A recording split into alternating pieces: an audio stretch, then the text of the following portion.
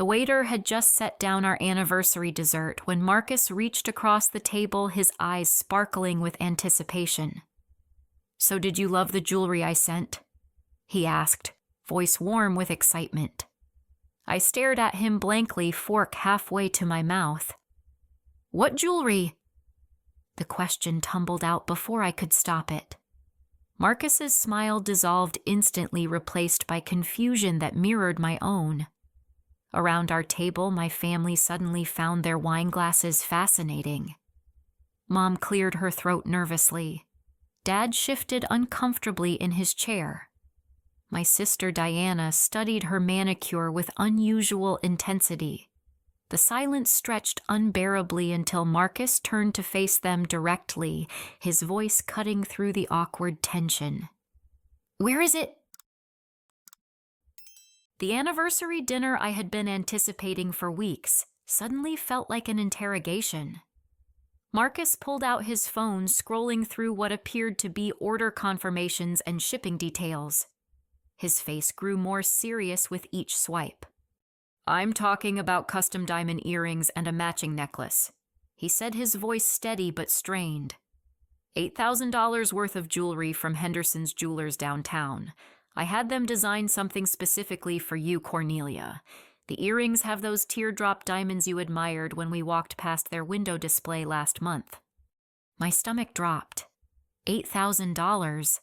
I had never received anything even remotely that expensive. I would have remembered something that significant, that meaningful.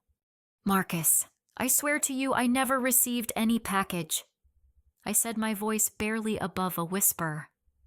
"I've been home every day this week preparing for tonight. There was no delivery."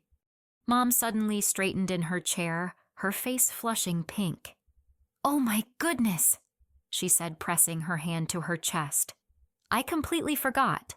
I was at your house 3 weeks ago, helping you reorganize the guest closet. Remember when you went to the grocery store for those special ingredients for the lasagna?" My heart began racing. Yes, I remember. What happened while I was gone? A delivery driver came to the door. Mom continued, her voice growing smaller. "He had this beautiful blue velvet box with ribbons. I signed for it because I thought it might be something urgent. I placed it on your kitchen counter next to the coffee maker, and then we got so caught up talking about Diana's new job that I completely forgot to mention it." Marcus leaned forward, his knuckles white as he gripped his napkin. "You signed for an $8,000 jewelry delivery and forgot to mention it." The accusation hung in the air like smoke. I could feel other restaurant patrons beginning to stare at our table. Dad cleared his throat, attempting to restore some normalcy. "Now hold on," he said diplomatically. "Janet made an honest mistake. Let's not turn this into something bigger than it needs to be. Cornelia, when did you last check your kitchen counter thoroughly?" I racked my brain trying to remember the days following Mom's visit. I had been so busy with work deadlines and anniversary planning that I honestly couldn't recall paying close attention to the counter space beyond my morning coffee routine. "I don't know," I admitted. "I might have moved things around while cleaning. Maybe I put it somewhere safe and forgot." Diana finally spoke up, her tone artificially bright. "Why don't we all go back to Cornelia's house right now and search together? I'm sure it's just misplaced somewhere obvious." Paul, Diana's husband, nodded eagerly. "Great idea. We can make it like a treasure hunt. How hard could it be to find a jewelry box in your house?" But Marcus wasn't satisfied with simple explanations anymore. "Before we go anywhere, I want to check something." He pulled up an app on his phone. "I have delivery confirmation with GPS coordinates and a timestamp. The package was delivered at 2:15 on a Thursday afternoon 3 weeks ago." He turned the screen toward us, showing detailed tracking information that confirmed Mom's story exactly.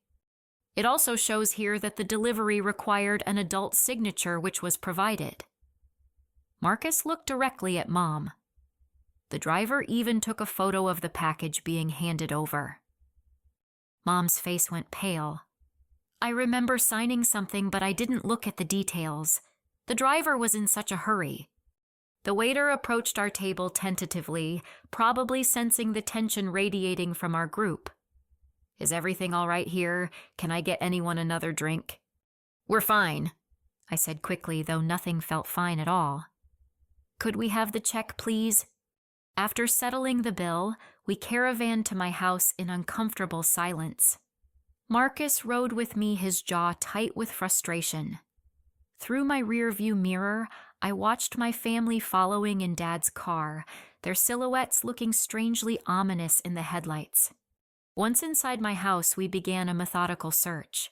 Marcus headed straight to the kitchen counter where Mom claimed she had left the package.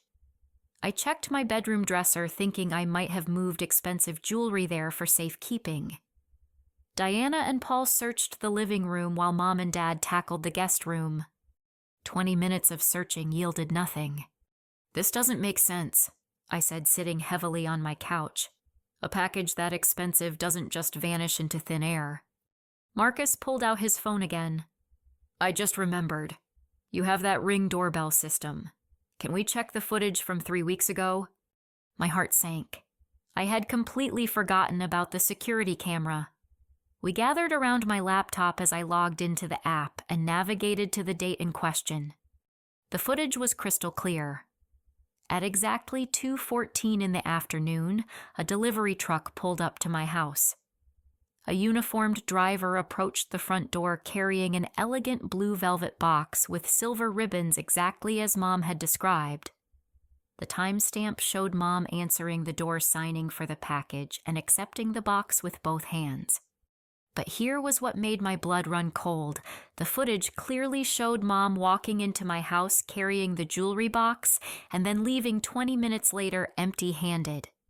"Mom," I said slowly, "where did you put the box?" The room fell silent except for the sound of my air conditioning humming. Mom's face had gone completely white. "I told you, sweetheart. I put it on the kitchen counter." "But the camera shows you leaving without it," Marcus pointed out, "which means it was definitely inside this house 3 weeks ago." Diana suddenly jumped up from the couch. "Maybe it fell behind the counter or got knocked into a cabinet accidentally. Let me check the kitchen more thoroughly." As she headed toward the kitchen, her cardigan shifted, and I caught a glimpse of something sparkling near her ears, something that caught the light in a very familiar way, something that looked exactly like diamonds.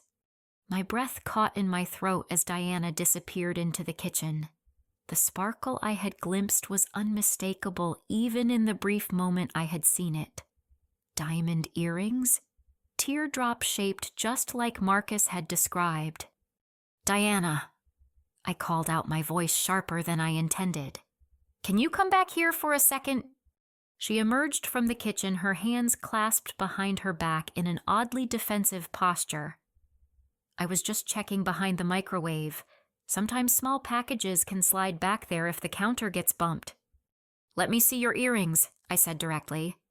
The room went dead silent. Diana's hand flew instinctively to her ear, her face flushing crimson. "What do you mean?" Marcus stepped closer, his detective instincts clearly activated. "You're wearing diamond earrings. I caught a glimpse when you turned your head." "These old things," Diana laughed nervously, but her voice cracked slightly. "Paul bought these for me at Christmas. Nothing fancy, just some cubic zirconia from the mall." Paul's eyebrows shot up in confusion. "Diana, I didn't buy you diamond earrings for Christmas. I got you that cashmere scarf you wanted from Nordstrom.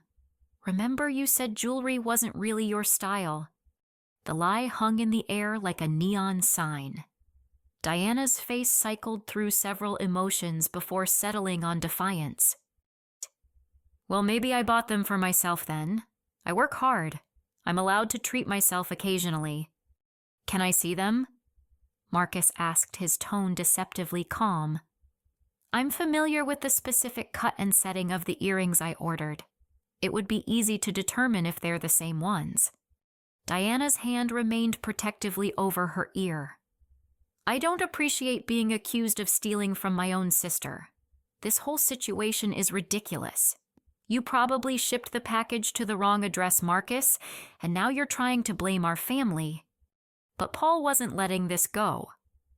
Diana, if you bought expensive earrings for yourself, why didn't you mention it? We discuss all our purchases over $200. Because I knew you'd give me grief about spending money on myself, she snapped back. You always do. That was completely untrue, and everyone in the room knew it. Paul was one of the most generous husbands I had ever met, constantly encouraging Diana to buy things she wanted. Mom stepped forward, wringing her hands nervously. Maybe we should all just calm down and think about this rationally. Accusations aren't going to solve anything. Actually, they might, Marcus said firmly. He turned back to Diana. I had those earrings custom made with a very specific setting. The diamonds are set in 14-karat white gold with a unique twisted band design. The jeweler told me they had never created that exact pattern before. Diana's face went pale, but she remained defiant. Lots of earrings have twisted bands. That's not exactly revolutionary jewelry design. Diana, I said quietly, please just show us the earrings. If they're not the ones Marcus ordered, then we can rule you out and keep looking. This is harassment, she declared dramatically. I'm not subjecting myself to this humiliation just because you can't keep track of your own packages. She headed toward the front door, but Dad blocked her path. Diana Nicole, that's enough. Show us the earrings right now. The use of her middle name, our father's nuclear option, stopped her cold. Slowly, reluctantly, she reached up and removed one earring. The moment I saw it, my heart shattered into a million pieces. The earring was absolutely exquisite. A perfect teardrop diamond set in white gold with an intricate twisted band that caught the light from every angle. It was exactly what Marcus had described down to the smallest detail. Oh my God, I whispered. Diana, how could you... It's not what you think, she said desperately. I can explain everything. Paul stared at the earring in disbelief. Diana, where did this come from? This must be worth thousands of dollars. I borrowed it, she said weakly. I was going to put it back. Marcus's voice was deadly quiet. You borrowed a custom-made anniversary gift from where? From the box Mom left on the counter. I was at Cornelia's house a few days later watering her plants while she was out of town for that work conference. I saw the box sitting there unopened and I just wanted to try them on. I was planning to return them before anyone noticed. The lies were cascading now, each one more desperate than the last. Diana, I said, my voice breaking, I wasn't out of town for any work conference 3 weeks ago. I've been here every single day. I meant when you went to visit Marcus's mother last weekend, she corrected quickly. That was last weekend. The jewelry was delivered 3 weeks ago, Paul pointed out. Your timeline doesn't make sense. Diana's composure finally cracked completely. Tears started flowing down her cheeks, but they felt manipulative rather than genuine. Fine, she shouted. I took the earrings, but only because Cornelia gets everything handed to her on a silver platter. The perfect husband, the perfect house, the perfect job. I work twice as hard as she does, and what do I get? Nothing. The cruelty of her words hit me like a physical blow. Diana, that's not true, and you know it. Isn't it? She demanded. When was the last time anyone in this family celebrated my accomplishments the way they celebrate yours? What about when you got promoted to regional manager? Mom interjected. We had a family dinner to celebrate. One dinner, Diana scoffed. Meanwhile, Cornelia gets surprise jewelry worth $8,000 just for existing. Marcus stepped forward, his anger barely controlled. That jewelry was an anniversary gift celebrating 5 years of marriage. Cornelia didn't get it just for existing.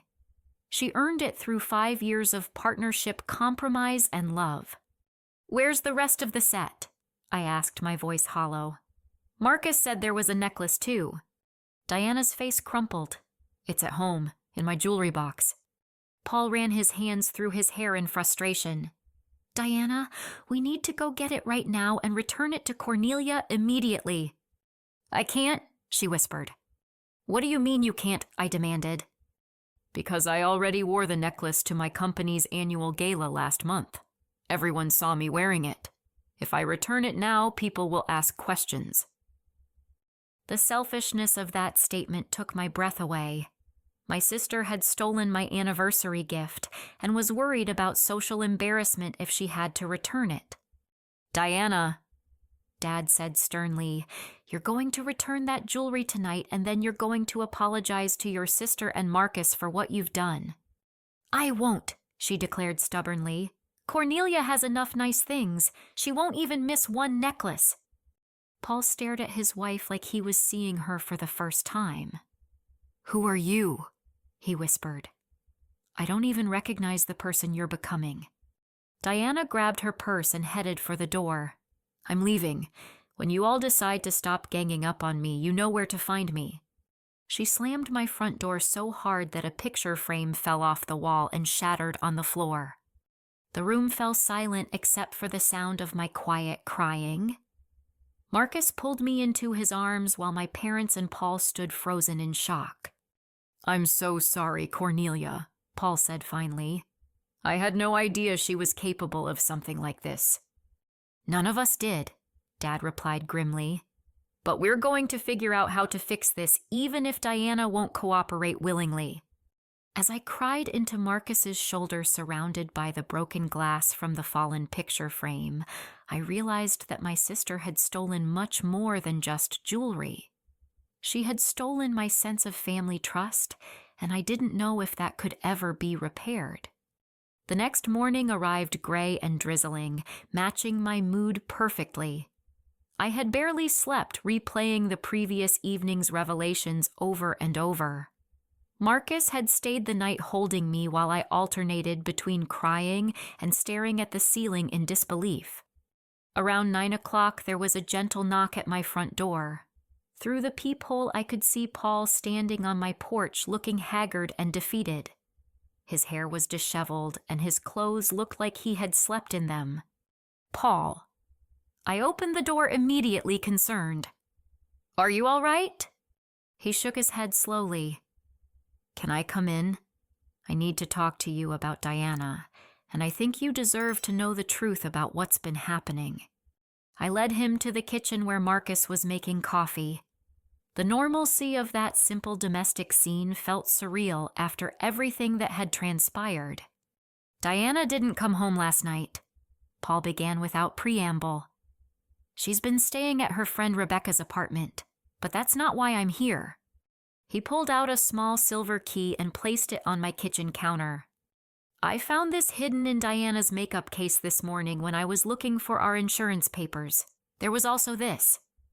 He produced a stack of receipts held together with a rubber band. Marcus leaned forward, examining the key. Storage unit. Secure Storage Solutions on Maple Street. Paul confirmed. She's been paying for a 10x10 unit for the past 8 months. $90 a month automatically charged to her credit card. My mouth went dry. Did you ask her about it? I tried calling her 6 times this morning. She's not answering her phone. Paul's voice was hollow.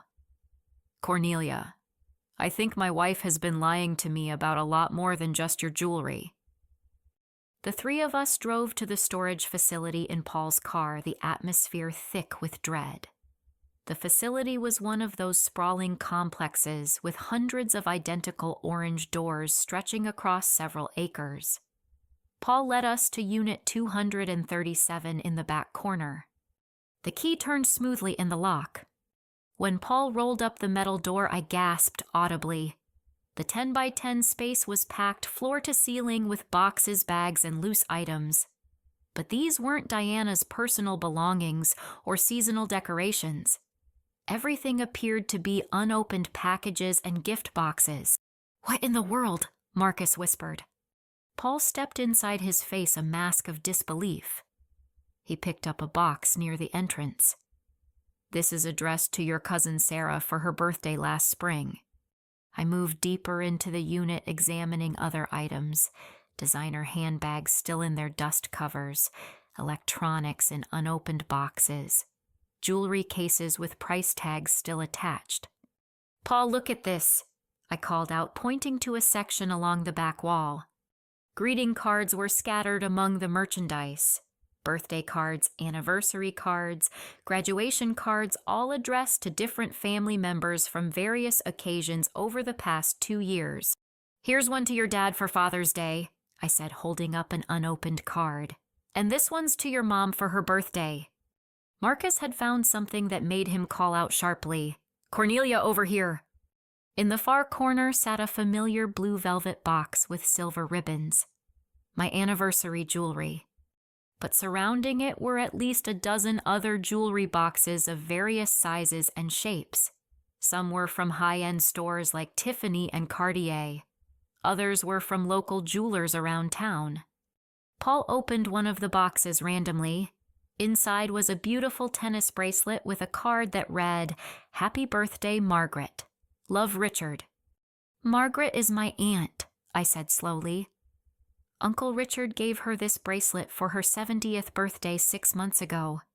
She called me crying because it never arrived, and she thought Richard had forgotten her birthday." The full scope of Diana's deception was becoming clear. She had been intercepting gifts intended for family members for years. "There's more," Marcus said grimly. He had found a box of receipts and bank statements. "Look at these." The papers revealed a complex web of financial transactions. Diana had been selling stolen items online and through consignment shops. The proceeds were being deposited into a separate bank account that Paul knew nothing about. $15,000. Paul read from a bank statement. "She's made $15,000 selling stolen gifts over the past 18 months. "But where did the money go?" I asked. "You two live comfortably. What did she need that much cash for?" Paul's face went white as he read further through the statements. "Gambling," he whispered. "Online poker sites, casino transactions, sports betting apps." The withdrawals were staggering. $500 here, $1,000 there, sometimes multiple transactions in a single day. "She's been gambling away everything she stole and more," Paul said, his voice breaking. "The storage unit, the theft, the lies. She's been funding a gambling addiction that I knew nothing about." I found myself sitting on a box of stolen merchandise, overwhelmed by the magnitude of my sister's betrayal. This wasn't just about taking my anniversary jewelry on impulse. This was organized, systematic theft from multiple family members over years. "Paul, there's something else you need to see," Marcus called from the back of the unit. He had found a large plastic tub filled with men's watches, expensive ones, Rolex Omega Breitling. "Those look like my dad's watch collection," I said, my voice barely audible. He mentioned a few months ago that some of his watches were missing from his display case. He thought he had misplaced them during the move to their new house. Paul examined the watches more closely. "These are worth thousands of dollars each. Your father collected vintage timepieces, right?" I nodded, too stunned to speak. My dad had been collecting watches since he was in his 20s. They weren't just valuable, they were sentimental. Some had been gifts from my grandmother before she passed away. "We need to call the police," Marcus said firmly. "Wait," Paul pleaded. "Before we involve law enforcement, let me try to talk to Diana one more time.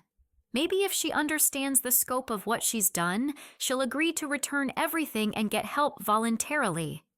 I looked around the storage unit at 2 years' worth of stolen gifts and family treasures, birthday presents that never arrived, anniversary jewelry that caused heartbreak when recipients thought their loved ones had forgotten, Christmas gifts that left children disappointed on Christmas morning. "She had to know what this was doing to people," I said. Every time someone called confused about a missing package or gift, she stayed silent and let them suffer. "I think the gambling addiction clouded her judgment," Paul said quietly. "I've been reading about it online this morning. People with severe gambling problems often steal from family members to fund their habit. They rationalize it by telling themselves they'll pay it back after their next win. "But she never won, did she?" Marcus observed. "The bank statements show she was consistently losing money." Paul shook his head. "The more she lost, the more she stole trying to win it back. It's a vicious cycle." As we stood in that storage unit surrounded by years of family heartbreak, I realized that Diana hadn't just stolen objects. She had stolen Christmas mornings, birthday celebrations, anniversaries, and graduations. She had stolen moments of joy and connection that could never be recovered. "There's one more thing," I said quietly. "If Diana's been doing this for 2 years, and she's been gambling away the money faster than she can steal items to sell, how is she paying for the storage unit now?" Paul's face went pale as he understood the implication. "She must be in debt to dangerous people," he whispered. And suddenly, our family crisis became something much more serious than stolen jewelry. That afternoon, I called my parents and asked them to come over immediately. I needed to know exactly how much Mom knew about Diana's stealing, and I couldn't wait any longer for answers. Dad arrived looking concerned but clueless. Mom walked in behind him, and I could immediately tell she had been crying. Her eyes were red and puffy, and she kept fidgeting with the strap of her purse. "Sit down, both of you," I said more firmly than I usually spoke to my parents. "We need to talk." Marcus had stayed to support me through this conversation. Paul was absent, having gone to try once more to reach Diana at her friend's apartment. I spread out some of the evidence we had found in the storage unit across my coffee table. The stolen watches, the undelivered greeting cards, the bank statements showing Diana's gambling transactions. "Mom," I said directly, "I need you to tell me the truth about what you know regarding Diana's stealing." Dad looked confused as he examined the items on the table. "What is all this?" But Mom's reaction was immediate and telling. Her face crumpled and she began sobbing uncontrollably. "Oh, sweetheart," she whispered through her tears. "I hoped you would never have to find out." Dad stared at his wife in shock. "Janet, what are you talking about?" "She's known about Diana's stealing for over a year," I said, my voice steady despite the fury building inside me. "Haven't you, Mom?" Mom nodded miserably. "I discovered it by accident last spring when I was helping Diana clean out her spare bedroom. I found a box of jewelry and watches hidden under some old blankets. When I asked her about it, she broke down and confessed everything." "And you said nothing?" Dad's voice rose in disbelief. "She begged me not to tell anyone," Mom continued. "She said she was trying to stop, that it was just a temporary problem while she worked through some personal issues. She promised she would return everything once she figured out how to do it without causing a scandal." I felt like I was going to be sick. "Mom, do you realize that Dad has been heartbroken thinking he lost Grandma's watches? He's been blaming himself for months thinking he was careless during the move." Dad's face went white. "My watches. Diana stole my mother's watches." "Not just yours," I said grimly. "She's been stealing gifts intended for family members for 2 years. Birthday presents, anniversary gifts, Christmas packages. And Mom has been covering for her the entire time." Mom looked up at Dad with tears streaming down her face. "Robert, I was trying to protect our daughter. I thought if I could help her work through this quietly, we could avoid destroying the family." "By lying to me," Dad demanded. "By letting me think I was losing my mind when my mother's watch collection disappeared." "I was going to tell you," Mom said weakly. "I just needed more time to figure out how to handle the situation properly." "How exactly have you been helping Diana?" Marcus asked pointedly. Mom's response made my blood run cold. "She needed money to pay back some of the gambling debts," Mom admitted. "I've been giving her cash from my retirement account to keep her out of serious trouble." "How much?" I asked, though I was afraid to hear the answer. $23,000 over the past 8 months. The room fell silent except for the sound of Dad's sharp intake of breath. $23,000 from your retirement savings, he whispered. Janet, we need that money for our future medical expenses and long-term care. I know, Mom said miserably. But what choice did I have? Diana said she owed money to dangerous people. She showed me threatening text messages from loan sharks. I was terrified something would happen to her. I stared at my mother, trying to process the extent of her betrayal. She had chosen to enable Diana's gambling addiction rather than get her proper help. In doing so, she had stolen from her own husband and lied to the rest of the family. Mom, by giving Diana money, you made it possible for her to keep gambling, I pointed out. You didn't help her, you made the problem worse. I didn't know what else to do, she said defensively. I'm not an expert on gambling addiction. I just knew my daughter was in trouble and needed help. The help she needed was professional treatment and accountability, Marcus said firmly, not money to continue destructive behavior. Dad stood up abruptly and began pacing the room. $23,000, Janet. That was our emergency fund. What happens if one of us gets sick? What happens when we can't take care of ourselves anymore? We'll figure something out, Mom said weakly. No, Dad said firmly. We won't figure something out, because there's nothing left to figure out. You gave away our financial security to enable our daughter's criminal behavior. The word criminal hung in the air like a thunderclap. It's not criminal, Mom protested. It's a family matter. She stole $15,000 worth of merchandise, I said, showing Mom the receipts from the storage unit. She committed mail theft, identity fraud, and larceny. Those are felonies, Mom. But she's sick, Mom argued. People with gambling addictions need compassion, not punishment. They need treatment and consequences, Marcus corrected. What Diana needs is professional help in a controlled environment where she can't continue stealing to fund her gambling. Dad stopped pacing and turned to face his wife. Janet, I've supported you through 40 years of marriage. I've trusted your judgment on family matters even when I disagreed, but this time you've gone too far. What do you mean? Mom asked nervously. I mean our daughter is a thief and you're an accomplice. You've been lying to me for months while I blamed myself for losing my mother's watches. You've stolen our retirement money to enable criminal behavior. I was trying to protect our family, Mom said desperately.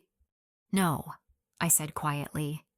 You were trying to protect Diana from the consequences of her choices, and in doing so, you betrayed everyone else who loves her.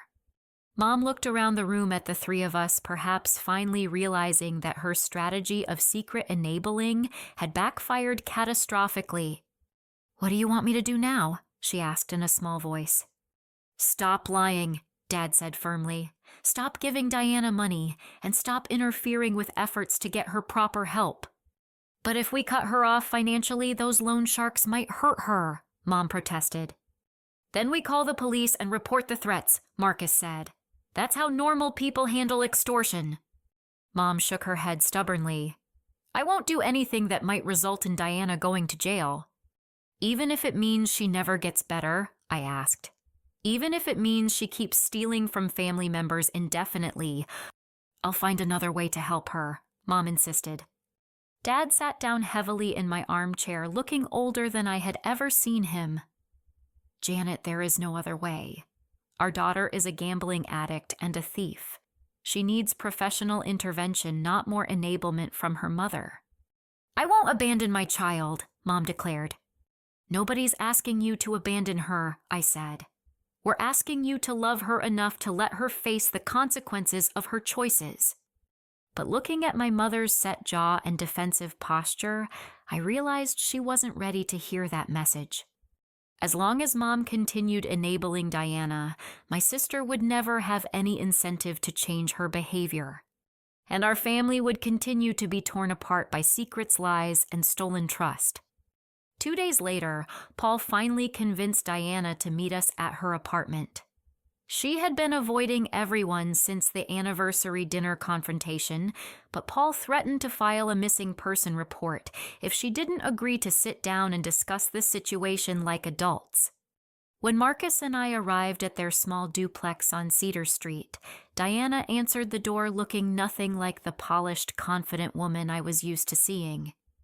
Her hair was unwashed and pulled back in a messy ponytail. She was wearing the same clothes she had on 2 days earlier, now wrinkled and stained. Her eyes were bloodshot and wild-looking. "What do you want?" she asked without inviting us inside. "We want to have an honest conversation about what we found in your storage unit," I said calmly. Her face immediately shifted from defiance to panic. "What storage unit?" Paul stepped into view behind her. "Diana, they know about everything. The stolen gifts, the gambling, the money. We need to figure out how to fix this." Diana's composure cracked instantly. She began screaming at Paul in a voice I had never heard from her before, high-pitched and desperate. "You went through my private things. You had no right. Those were my personal belongings." "Diana, you stole our wedding gifts from last summer," Paul said quietly. "The crystal vase set from my grandmother, the silver candlesticks from your college roommate. I found them in that storage unit with the price tags still attached." "I was planning to use those for our anniversary dinner," Diana said weakly, but the lie sounded hollow even to her. Marcus stepped forward holding a manila folder full of evidence.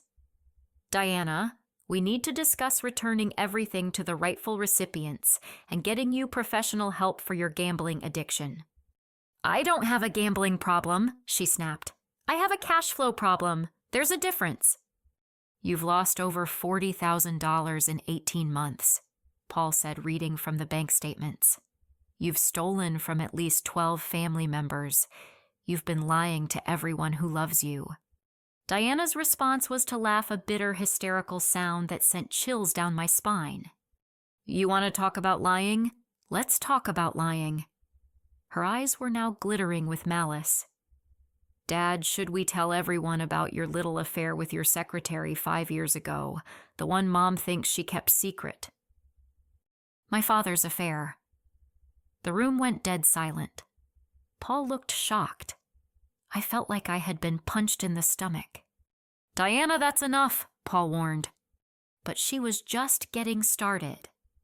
"And Mom, should we discuss how you've been falsifying the books for your catering business to avoid paying taxes? I have copies of 2 sets of financial records that would be very interesting to the IRS." Mom's tax evasion. I stared at Diana in disbelief, wondering how many more family secrets she was about to weaponize. "Or maybe we should talk about you, Paul," Diana continued viciously. "Should I tell everyone about the bankruptcy you hid from me before we got married, the one you're still making payments on?"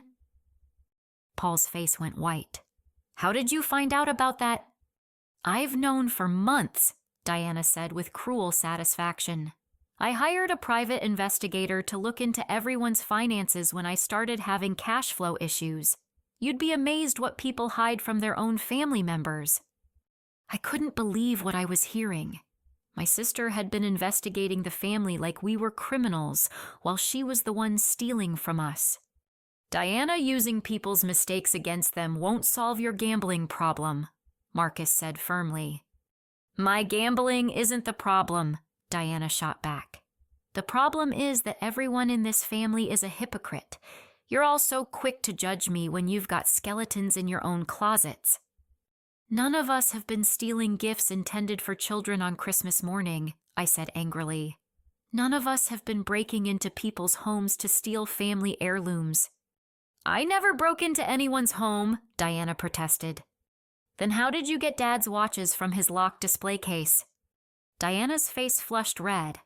"I have a key to their house. I was watering their plants while they were on vacation." "You stole your own father's inheritance from his deceased mother while you were supposed to be taking care of their home." Marcus's voice was incredulous. "I borrowed them," Diana said stubbornly. "I was going to return them once I won enough money to cover my losses." "But you never won," Paul pointed out. "You just kept losing more." Diana's mask of control finally slipped completely. She began crying hysterically, but there was something manipulative about the tears. "Nobody understands the pressure I've been under," she sobbed. "I made some bad investments online. I thought I could win the money back quickly and nobody would ever know. But the losses kept mounting, and then I owed money to people who don't accept excuses." "What people?" I asked, though I was afraid to hear the answer. "Private lenders," Diana admitted. "People who loan money to gamblers when the casinos cut them off." "Loan sharks," Paul said grimly. Diana nodded miserably. "They charge 20% interest per week. If you miss a payment, they add penalties and fees. Before I knew it, I owed them more money than I could ever repay with my salary." "How much do you owe them now?" Marcus asked. $68,000, Diana whispered. The number hit the room like a bomb. Paul sat down heavily on their couch, his head in his hands. "Diana, we don't have $68,000, he said quietly. "I know," she replied. "That's why I took the jewelry and other items. I was trying to sell enough stuff to make a significant payment and buy myself some time to figure out a long-term solution." "The long-term solution is bankruptcy and professional gambling treatment," I said firmly. "You cannot steal your way out of this debt."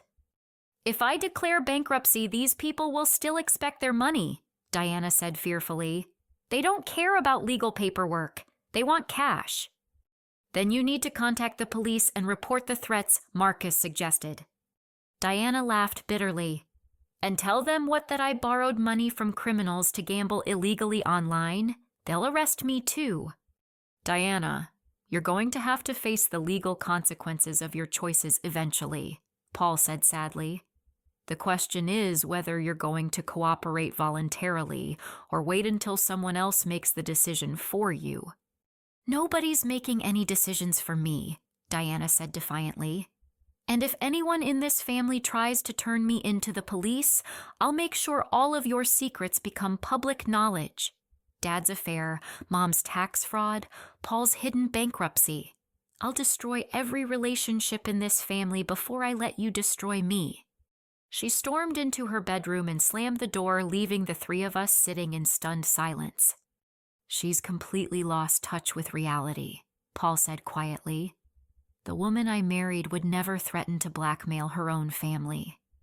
"Gambling addiction can change people's personalities completely," Marcus observed. "She's not thinking rationally anymore." As we left Diana's apartment, I realized that my sister was far more dangerous than I had initially understood. She wasn't just a thief. She was a cornered animal with nothing left to lose. And cornered animals were capable of destroying everything around them in their desperation to survive. I spent the next 3 days researching gambling addiction loan shark operations and legal strategies for dealing with family theft. I wasn't going to let Diana manipulate me with threats and blackmail. If she wanted to play hardball, I was going to fight back intelligently and strategically. My first call was to a private investigator recommended by Marcus's attorney friend. If Diana had been investigating my family's financial secrets, I needed to understand exactly what she knew and whether her threats had any real substance. The investigator, a former police detective named Sarah Chen, met me at a coffee shop downtown. She was a petite woman in her 40s, with sharp eyes and a no-nonsense demeanor. "Your sister hired me 6 months ago," Sarah confirmed. "She paid me $3,000 to investigate the financial backgrounds of 4 family members. I thought it was odd at the time, but she claimed she was concerned about elderly parents being financially exploited." "What did you find?" I asked. Sarah pulled out a thick folder. "Your father did have an affair 5 years ago, but your mother knew about it, and they worked through it in marriage counseling. It's old news that they resolved privately." I felt a wave of relief. Dad's affair wasn't a current scandal that could destroy the family. "Your mother does operate a small catering business with somewhat informal bookkeeping, but she's not committing tax fraud. She just doesn't use professional accounting software. Everything she does is perfectly legal, just disorganized. Another relief. And Paul did file for bankruptcy before his marriage to your sister, but he disclosed it to her during their engagement. She signed papers acknowledging his financial situation as part of their marriage agreement. So Diana's threats are basically meaningless, I asked. Worse than meaningless, Sarah replied. She's been lying about the scope and seriousness of the information she has, but there's something else you need to know. She pulled out another set of documents. Bob, while investigating your family, I discovered that Diana has been using stolen merchandise as collateral for private loans. Not just from loan sharks, but from legitimate private lending companies that don't ask too many questions about asset ownership. My blood ran cold. What does that mean? It means if those items aren't returned soon, the lending companies can seize them legally. Your father's watches, your anniversary jewelry, everything in that storage unit could be claimed by multiple creditors. But they're not her property to use as collateral. That won't matter if she forged ownership documents, Sarah explained. I found evidence that Diana has been creating fake purchase receipts and ownership certificates for high-value items. That's fraud. Multiple felonies, actually. Mail theft, forgery, identity theft, obtaining money under false pretenses. If this goes to trial, Diana could face 10 to 15 years in prison. I sat back in my chair, overwhelmed by the scope of my sister's criminal behavior. There's more, Sarah continued. Diana doesn't owe $68,000 to loan sharks. She owes $230,000 to various creditors, including some very dangerous people. $230,000, I could barely process that number. She's been juggling multiple loans using new borrowed money to make minimum payments on existing debts. It's a classic Ponzi scheme, and it's about to collapse. How long does she have? Look, based on the payment schedules I found, she's got maybe 2 weeks before the more aggressive lenders start taking serious collection action. I drove home in a daze, trying to figure out how to protect my family from the catastrophe Diana had created. That evening, I called a family meeting at my house. Everyone came except Diana, who was still refusing to take calls from family members. I spread Sarah's investigation results across my kitchen table and explained the situation to my parents, Paul and Marcus. Diana's not just a gambling addict, I concluded. She's running a sophisticated fraud operation using our family as her victims and cover story. Dad studied the loan documents with growing alarm. Some of these payments are due within days.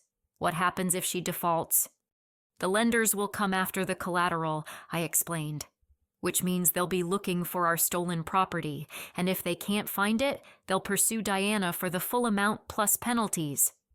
What about the threats to our family? Mom asked nervously. Sarah investigated Diana's claims about family secrets. Most of it is exaggerated or completely false. I handed Mom the report about her catering business. You're not committing tax fraud. Your bookkeeping just needs to be more organized. Mom burst into tears of relief. I've been losing sleep for weeks worrying about IRS audits. The point is, Diana has been manipulating us with lies while she escalates her criminal behavior, I said firmly. If we don't act now, she's going to drag all of us into her legal problems. What do you think we should do? Paul asked. I had given this question considerable thought. I think we need to give Diana an ultimatum. She can voluntarily enter a 90-day residential gambling treatment program, return all stolen property, and cooperate with authorities to resolve her debts. Or we report her crimes to the police and let the legal system handle it. That seems harsh, Mom said uncertainly. What's harsh is allowing her to continue stealing from family members while she spirals deeper into criminal behavior, I replied. Mom, your enabling has made this situation worse. Diana needs professional help, not more family protection. Dad nodded slowly. Cornelia's right. We've been treating this like a family problem when it's actually a legal problem that requires professional intervention. But what about the loan sharks? Paul asked. If Diana gets arrested, those people will still expect their money. That's where the police come in, Marcus explained. If Diana cooperates with law enforcement, they can offer her protection from retaliation while she provides information about illegal lending operations. I pulled out one final document Sarah had provided. There's something else. Diana has been recording phone conversations with family members, probably building a case to use our words against us if she gets caught. She's been recording us, Mom asked in shock. Sarah found evidence of recording equipment purchased with Diana's credit card. She's been planning her blackmail strategy for months. The room fell silent as everyone processed the full extent of Diana's deception and manipulation. I never thought I'd see the day when I'd consider having my own daughter arrested, Dad said quietly. But I think that might be the only way to save her from herself. It's definitely the only way to save the rest of us from becoming accessories to her crimes, I added. Paul looked exhausted but determined. When do we give her the ultimatum? Tomorrow, I said firmly. And this time we're recording the conversation too. If Diana wants to play games with evidence, she's going to discover that other people can learn her tricks. As the family meeting broke up, I felt something I hadn't experienced in weeks' hope. For the first time since this nightmare began, we had a clear plan and the evidence to back it up. Diana had been counting on family loyalty and fear to protect her from consequences. She was about to learn that love sometimes requires letting people face the results of their own choices. The confrontation with Diana took place at Paul's request in a neutral location, a private meeting room at the public library downtown. Paul had finally reached his breaking point and agreed that ultimatums were necessary. Diana arrived looking defeated and paranoid. She kept checking over her shoulder and jumping at small noises. The stress of managing multiple loan payments and avoiding creditors was clearly taking its toll. I know you've all been plotting against me, she said without preamble, but whatever you're planning won't work. I placed a digital recorder on the table between us, making sure Diana could see it clearly. We're recording this conversation, I announced, just like you've been recording us for months. Diana's face went pale, but she didn't deny the accusation. We're here to offer you two choices, I continued. You can voluntarily enter a residential treatment program for gambling addiction, return all stolen property to the rightful owners, and work with authorities to resolve your debt situation legally. Or we report your crimes to the police today and let them sort it out. You can't prove I've done anything illegal, Diana said, but her voice lacked conviction. Paul slid a copy of Sarah's investigation report across the table. Actually, we can prove multiple felonies. Mail theft, fraud, forgery, identity theft.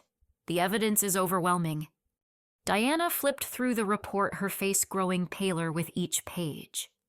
Even if you turn me in, those loan sharks won't disappear, she said desperately. They'll come after the family for money I borrowed. Not if you cooperate with police to expose their illegal operations, Marcus explained. Law enforcement has programs to protect witnesses who help prosecute loan sharking rings. I can't go to jail, Diana whispered. I won't survive in prison. The treatment option doesn't involve jail time initially, I said gently. But it requires complete honesty, full cooperation, and genuine commitment to recovery. Diana was quiet for several long minutes, staring at the evidence spread across the table. What kind of treatment program? She asked finally. I pulled out brochures for Serenity Hills Recovery Center, a residential facility specializing in gambling addiction, located 2 hours outside the city. 90 days minimum with the possibility of extension if recommended by counselors. No contact with family for the first 30 days while you focus on treatment. No access to money, credit cards, or electronic devices beyond basic communication. What about Paul? What about my job?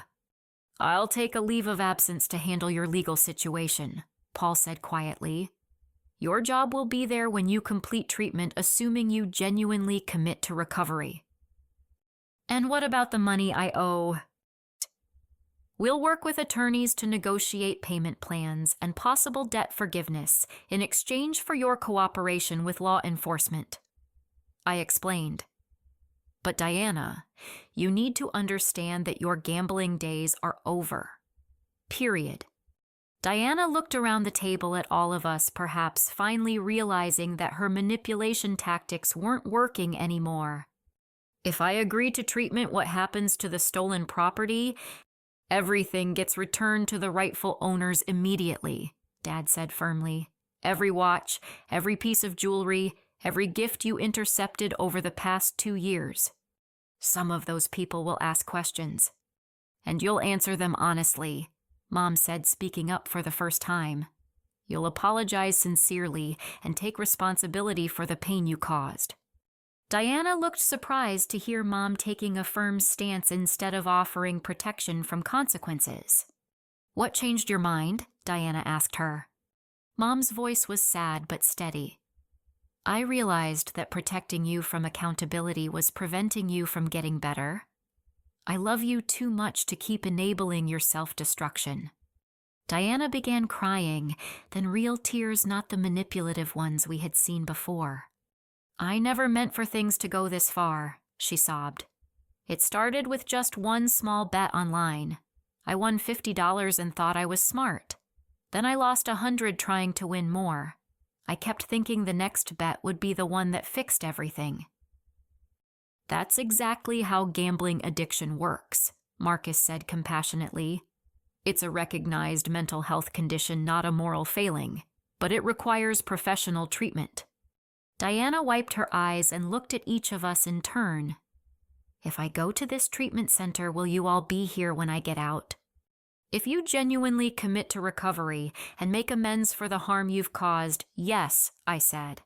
But there will be conditions and boundaries going forward. What kind of conditions? No access to credit cards or large amounts of cash, Paul said. Regular attendance at Gamblers Anonymous meetings, ongoing therapy, complete transparency about your financial activities. And no more lies, Dad added firmly, about anything ever again. Diana nodded slowly. Okay, I'll go to the treatment center. There's one more thing, I said. You need to call each family member you stole from and apologize personally. Not a text message, not an email. Phone calls where you take full responsibility. Even Cousin Sarah, even Aunt Margaret. Everyone, I confirmed. They deserve to know why their gifts never arrived and to hear you take accountability. Diana made those phone calls that afternoon from Paul's apartment while the rest of us returned stolen items. It was heartbreaking to watch her explain to our 70-year-old aunt that the birthday bracelet from Uncle Richard had been in a storage unit for 6 months instead of on her wrist where it belonged. But it was also hopeful because Diana was finally telling the truth about her actions and their consequences. The residential treatment at Serenity Hills was exactly what Diana needed. The first 30 days were difficult. She experienced withdrawal symptoms from gambling and had to confront the underlying emotional issues that led to her addiction. But gradually she began developing healthy coping strategies and building genuine insight into her behavior patterns. Paul visited every weekend after the initial isolation period, working with counselors to rebuild trust in their marriage. It wasn't easy. Trust that takes years to build can be destroyed in moments, but they were both committed to the process. Mom started seeing a therapist to address her enabling behaviors and learn healthier ways to support family members in crisis.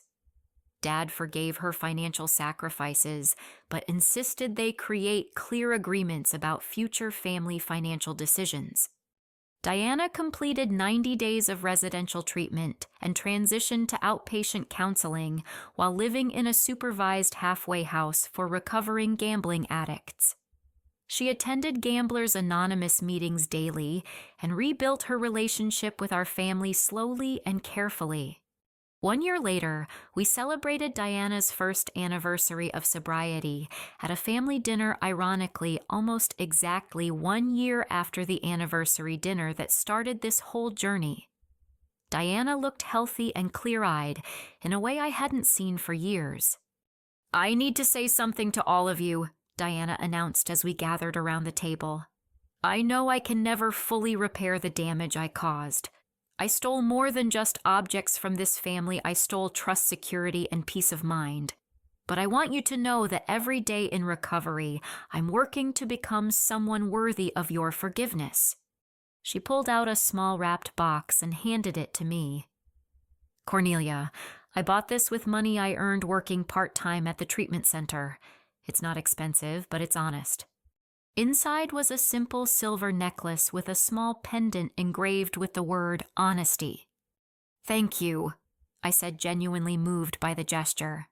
"But the best gift you can give me is continuing to take care of yourself." As I looked around the table at my family, scarred, but healing, wounded, but wiser, I realized we had all learned something valuable from this experience. Sometimes the people we love make choices that hurt us deeply. Sometimes protecting them from consequences isn't actually protecting them at all. Sometimes the most loving thing we can do is to hold people accountable for their actions and insist they get the help they need. Diana's gambling addiction nearly destroyed our family, but facing it honestly with professional help and clear boundaries made us stronger and more authentic in our relationships with each other. It wasn't the anniversary story I had planned to tell, but it was the true story of how love sometimes requires courage and how families can heal from even the deepest betrayals when everyone commits to honesty and accountability. Marcus still gives me beautiful jewelry for special occasions, but now I appreciate it even more because I know it represents not just his love for me, but our family's journey back to trust and truth. Speaking of trust and family challenges, I'm curious about your experiences. Have you ever discovered a family member was hiding something significant that affected everyone? How did you handle it? What advice would you give to someone dealing with a similar situation? I'd love to hear your thoughts in the comments below. If this story resonated with you, please like this video to help others find it, subscribe for more real-life family stories, and share it with someone who might need to hear that healing is possible, even after deep betrayal. Thank you for listening to my story, and remember, the truth might be painful initially, but it's the foundation for genuine healing and stronger relationships. Take care of yourselves and the people you love.